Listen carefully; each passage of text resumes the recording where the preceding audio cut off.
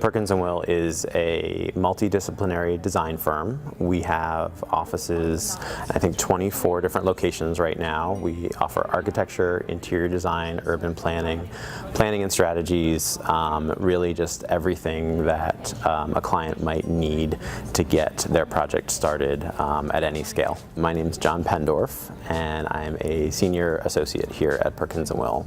So I'm a project manager here in the Washington, D.C. office, and I also serve as sustainability leader here. So I work with our project teams internally to help them realize their sustainable potential, help them with third-party certifications like LEED and Fitwell, and then also contribute to specific sustainable projects like the DC Climate Adaptation Plan.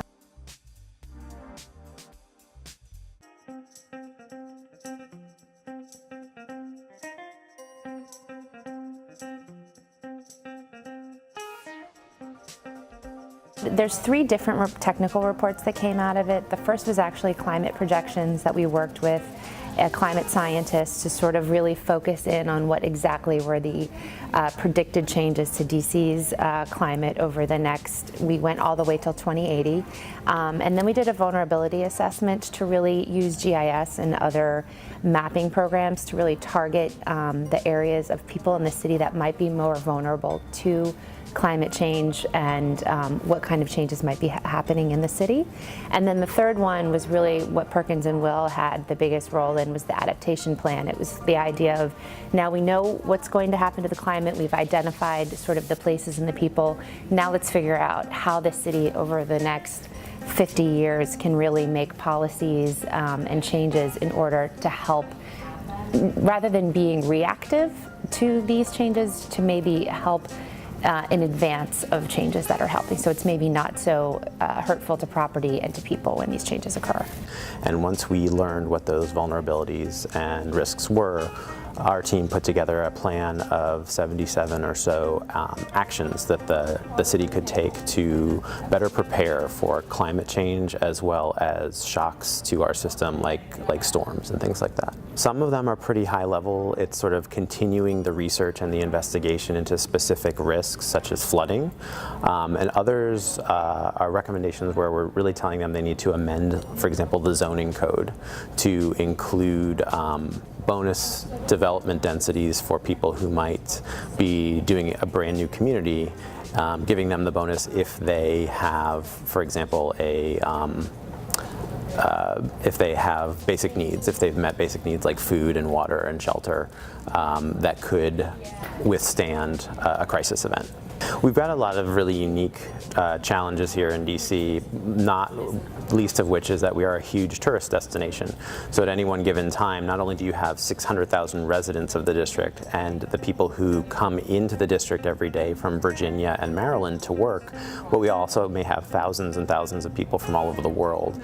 So messaging is really important, especially when you have an event like a major thunderstorm or a derecho, which is a extremely serious wind and rainstorm that we are now prone to here in the district.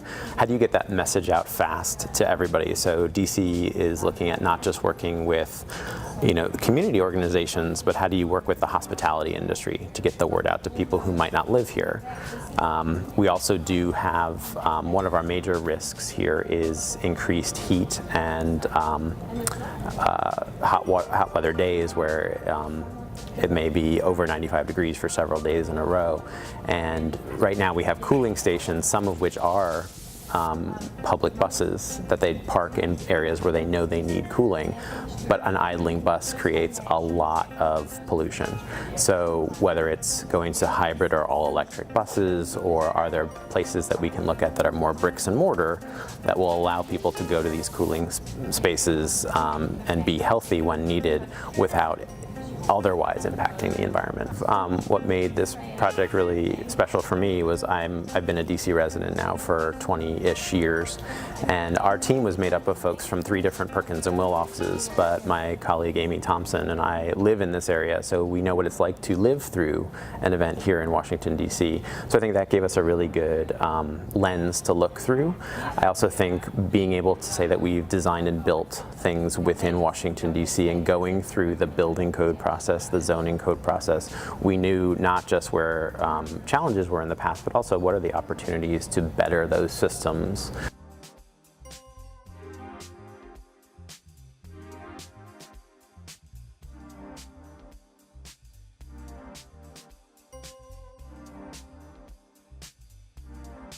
I was thinking about, okay, how do we write this so the city can actually say, this is an action we have to take, we have to get it funded, we need to put it in as a line item in the budget. Which years is it going to take? Is it something we want in the budget next year? Is it something that we want in the budget 5 years from now, because it's maybe more of a long-term money funding process. So I thought it was, so we really worked to make sure it was not only actionable, but it was fundable.